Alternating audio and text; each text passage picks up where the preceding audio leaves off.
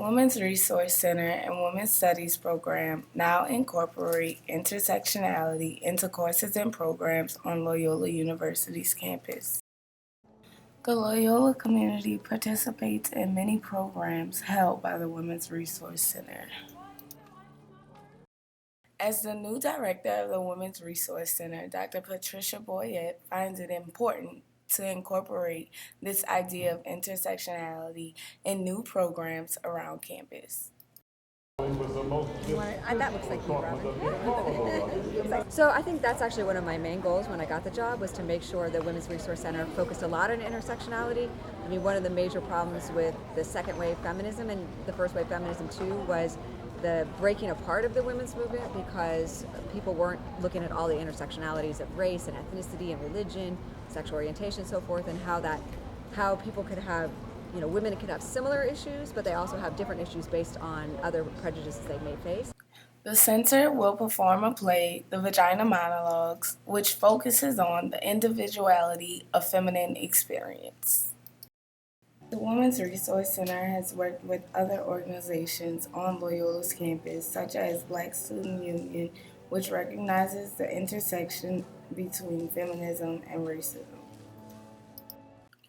The Black Student Union and the Women's Resource Center hosted Say Her Name, which recognizes Black females who experience oppression.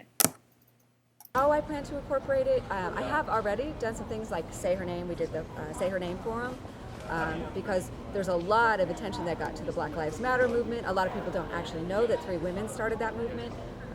But that movement, often in the beginning, focused a lot on men and not on a lot of the women that were suffering police brutality. So Say Her Name really brought attention to that.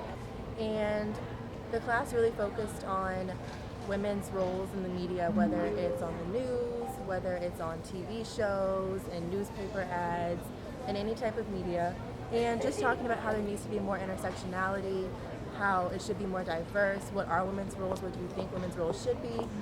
Although Women's Studies is offered as a minor, students often take these courses as electives. Since fall of 2014, the Women's Studies program has added 6 new courses. The Women's Studies program has maintained an enrollment of 200 students each semester. I really started doing my research, and it wasn't until I studied the Women's Suffrage March in Dr. Howard's class that I realized that there are a lot of contributions that women of color make to history, and if we had those spaces, especially on our campus, we would be more effective.